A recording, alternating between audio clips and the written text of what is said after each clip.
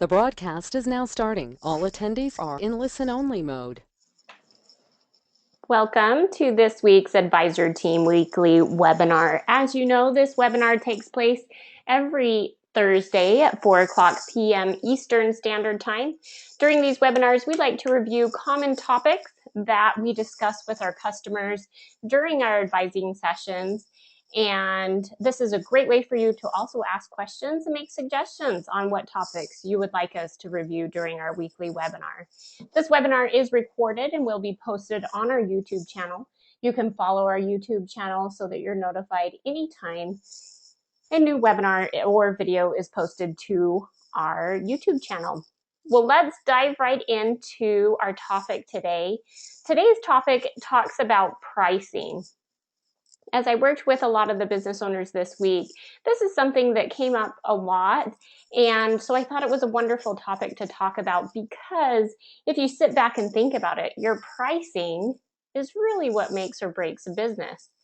And there has to be a lot of thought that goes into the pricing that you offer because think if your pricing is too high, then you're deterring customers. If your pricing is too low, then it's diminishing your credibility and so on. So there is an art and a science to pricing, and I wanted to talk about that today. I like the question here, what does your price tag mean to your business? You know, pricing is a lot more than just what you thought was a good price today, or this is one of the more standard thought processes when selecting pricing. What am I not scared to throw out? What price tag am I not embarrassed of when I'm talking with customers? A lot of times we may perceive our product or ourselves less valuable than we truly are. And so typically when I talk with business owners, they focus on pricing too low. But from time to time, I do also talk with those business owners that price themselves too high and alienate their client base. So let's dive into the details. And of course, you can ask questions along the way. I'll answer those the best I can. This is just a general overview about pricing. We could talk about this for days. So of course, you'll want to dig in and do more research. You can also call the advisor team. The first item I wanted to talk about is the effects of pricing. We talked about this a bit already, but the effects of pricing are company-wide. It affects your profits. It affects the client perception, their expectations. It also affects the time you spend with a customer. Now think about this. If you are going to charge a higher price point, typically you need to spend more time selling the product. And so there is a happy medium there where you are not spending too much time, but you are also charging the value of your product. That's something to think a lot about. The other is, of course, your revenue. Let's go to the next one here. We got, how do you choose a price, right? So this is something we don't go into business thinking, how am I going to choose a price?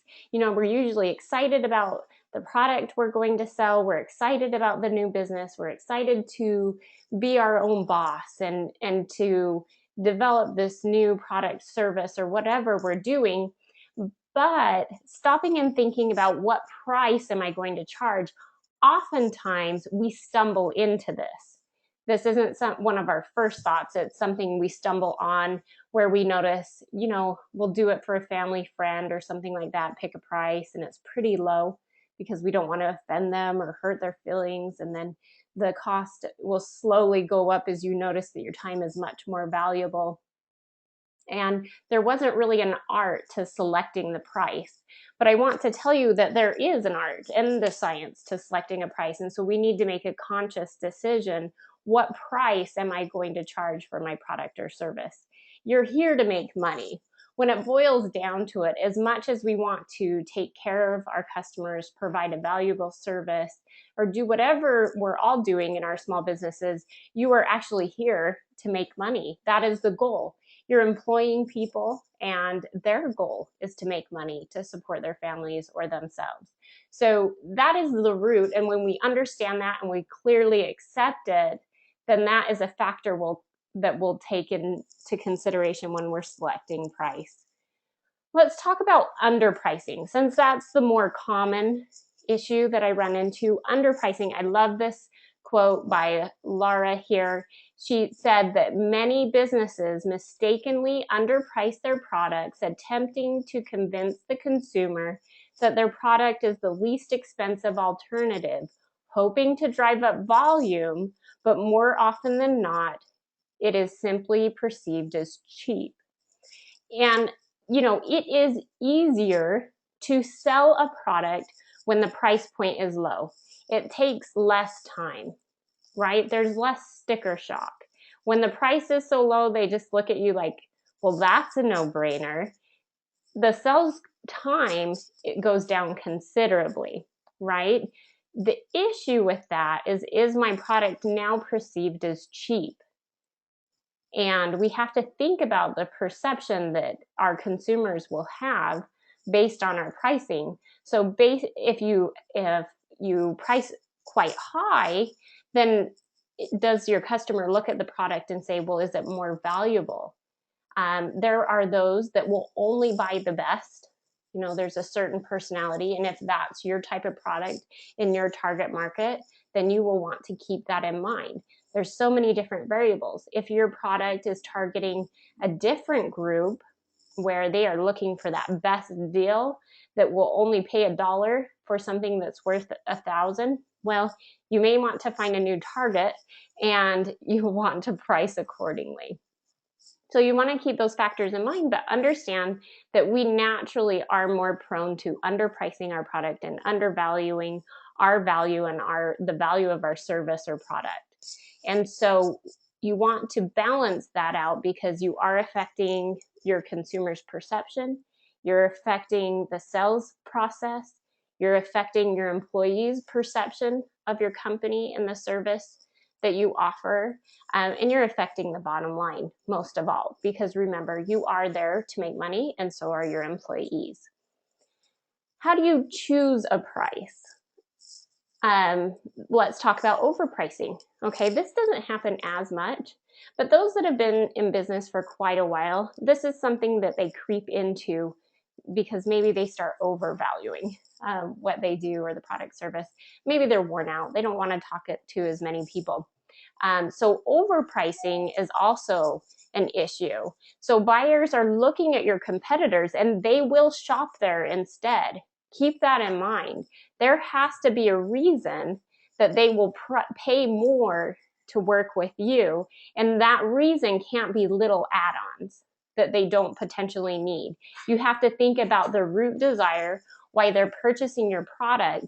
You're not going to offset an increased cost by just little add-ons that they do not need, right? So what I mean by that is, if you are selling a BMW and you sell it for $5,000 more than the guy down the street, your customer is not going to pay $5,000 more because you fill the car with balloons or other things.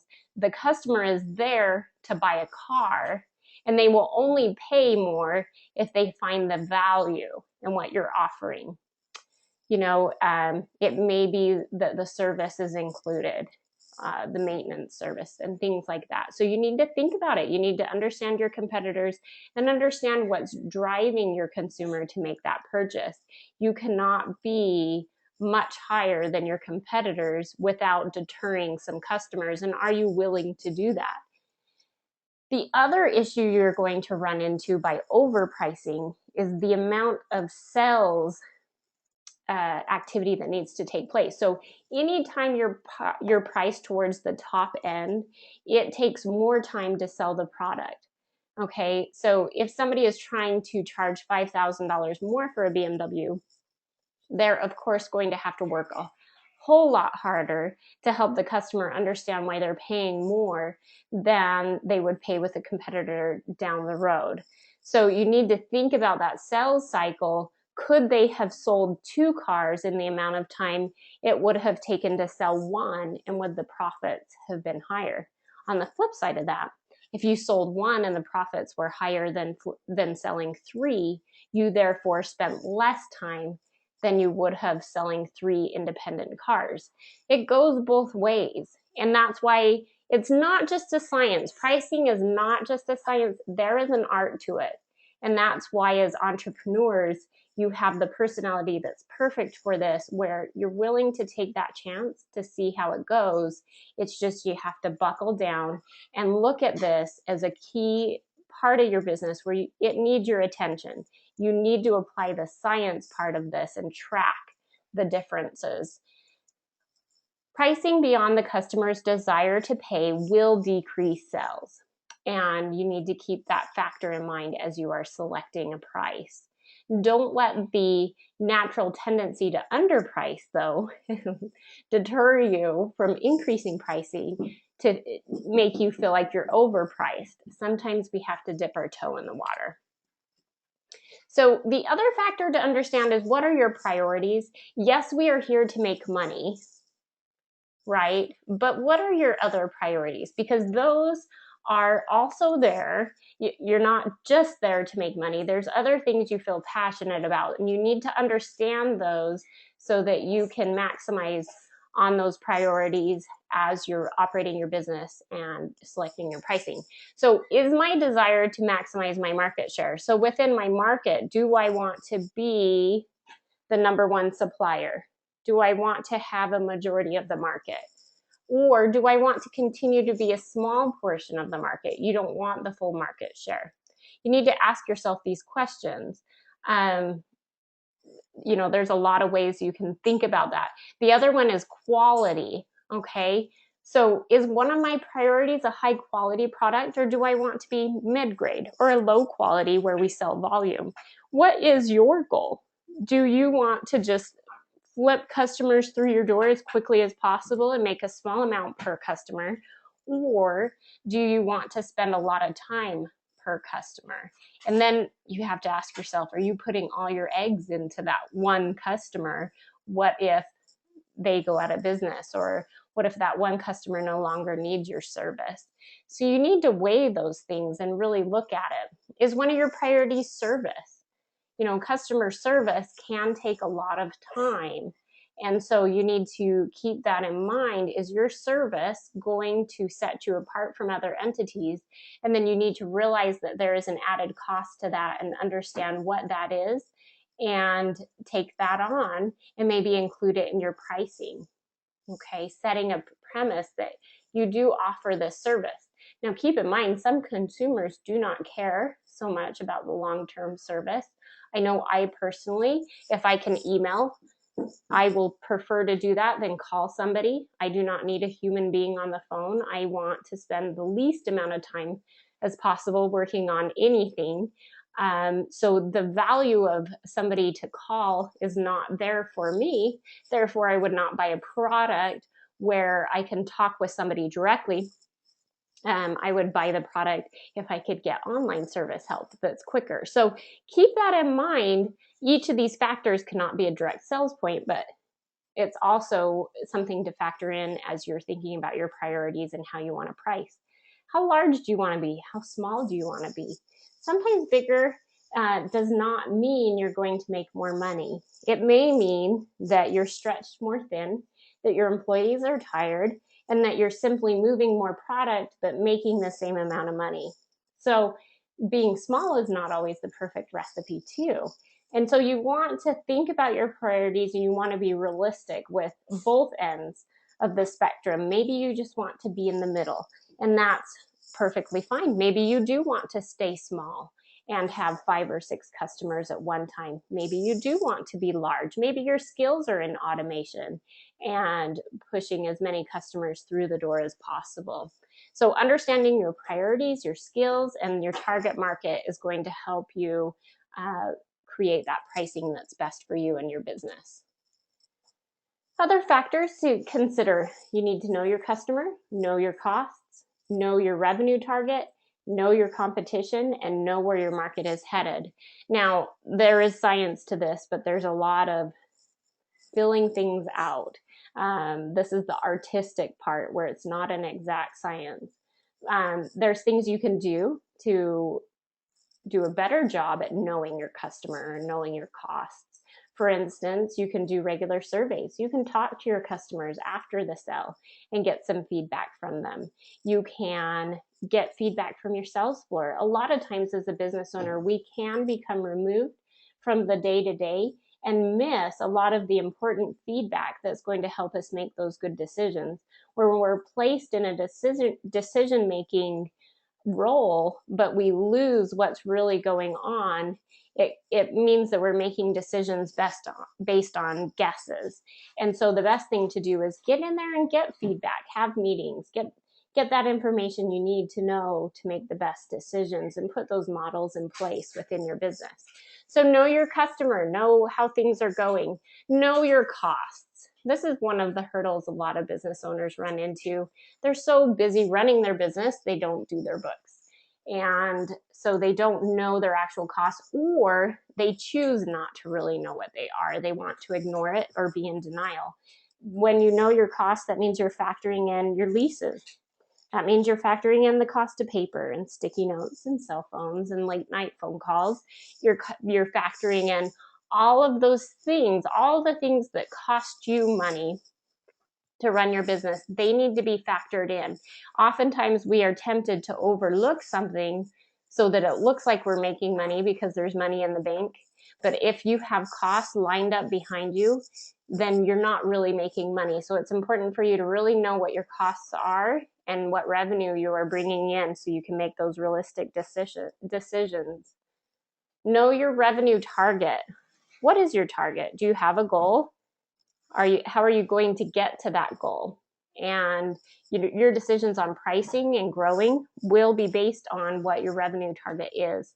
Know your competition. Sometimes we get complacent and we may not know what our competition is doing anymore. So it's important to always stay on top of what your competition is doing so you can stay competitive. And then know where your market is headed. As you know, our economy can constantly change. It can change in an instant, or it can change gradually over time. Certain industries are more prone to certain types of changes than other industries. So it's important that you're on top of your market, that you're setting up those Google alerts with the news headings to find out what's going in your market and what's going on in your area. Okay, the last item I wanted to talk about here is raising or lowering your prices. Once you've selected a price, it often feels awkward to raise or lower your prices, although that is part of running a business.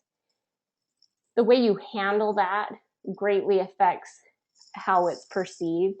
So if you are flashing that I raise my prices by 50%, you're likely going to deter a lot of customers. Customers like to feel like they're getting a good deal or a good value. So there is an art science into it. We don't have time to go into that today, but I wanted to just mention it that you are, as a business owner, allowed to raise and lower prices. And that as the market changes or your competition changes, as your product changes or your service product changes, you will be in the situation where you need to lower or raise your prices, and not become complacent. Understand that this is something that's constantly changing. You want to have a strategic plan. Okay, this is all conscious decision. And that's one of the biggest challenges being a business owner, is we don't always make conscious decisions. We're often reacting. And so you want to come up with that strategic plan, that this is what I want to do. Here is my revenue target, and this is my plan on how to get there. Now, you all know that plans don't always go as we want them to go. But if you put a strategic plan in place, at least you're going to somewhat get there and meet your goal. And that's why you need a plan in place. You want to track your changes. So watch, as soon as you raise a price, you need to understand how much more time your sales team is spending with that individual. You need to track that client's perception of the price and their perceived quality? And also, did their expectations increase on your product? So if you have a low grade product and you increase prices, therefore the client's going to expect a higher grade product, is that going to mean a customer service nightmare for you down the road? So you need to track those changes. Often I suggest raising and lowering in small increments if at all possible, so you can track this. And then often you have to just take the chance and go for it. There is an art and a science to it, but when you do all your homework, the next thing to do is take the leap. Monitor your prices on the long run, listen to your customers, keep an eye out what's that competition doing, and have a budget action plan. And having these things in place is going to help you successfully price your product and continue to move with the market. Let's see if we have any questions today.